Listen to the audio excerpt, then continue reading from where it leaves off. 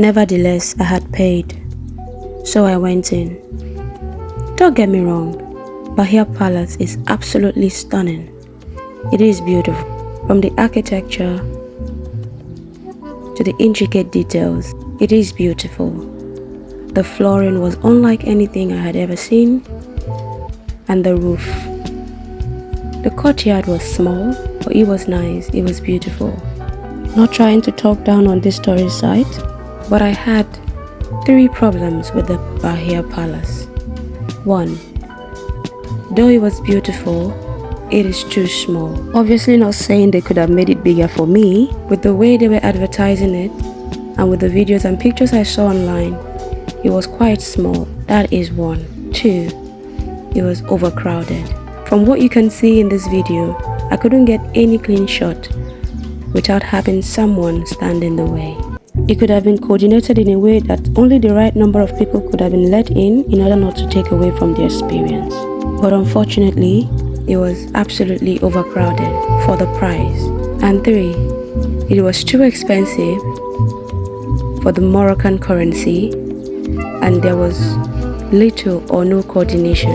I understand this was a government tourist site, an attraction, so I expected a bit more coordination, a bit more information, a lot more to see. Going to the desert and meeting the women in the villages gave me more to see and more information and more knowledge about Morocco than this government tourist site did.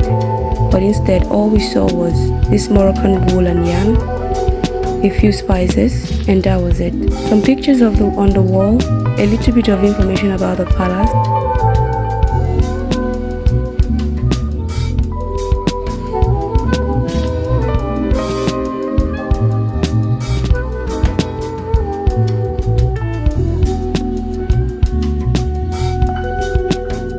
The pictures on the wall were just about the history of the palace, a bit of crafts, and that was it.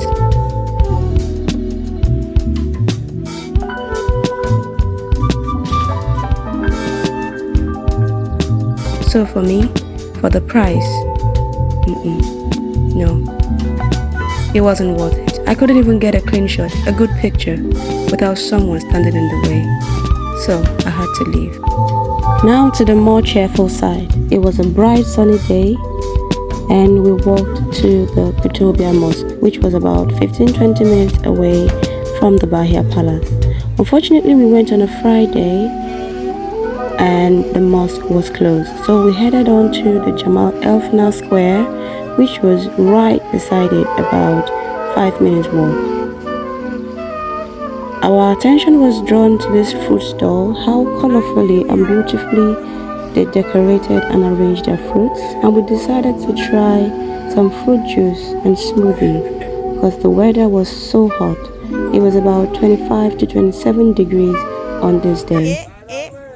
The cheerfulness and the happy mood of these vendors reminded us that we were on vacation and we needed to loosen up a little bit. I didn't even know when I started to dance because they were hyping me so much.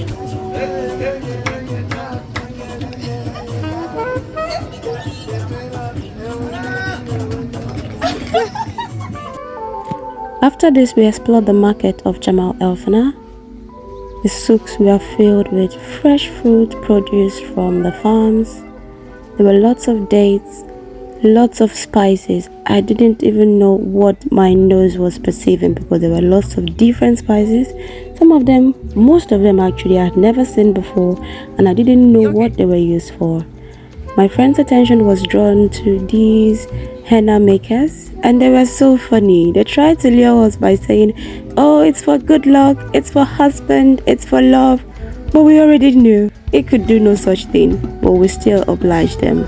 I stayed away from the snake charmers in the market. I could never have anything to do with snakes. And then we went over to these tall cafes from where you can see the whole of Jamal El Fana.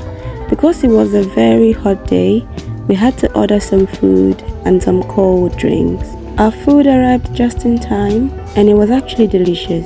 It was lovely. I have a video on everything I ate in Morocco. Please do well to check it out because Morocco has a lot of different cuisines. I love me a country that knows how to make use of their spices in their food.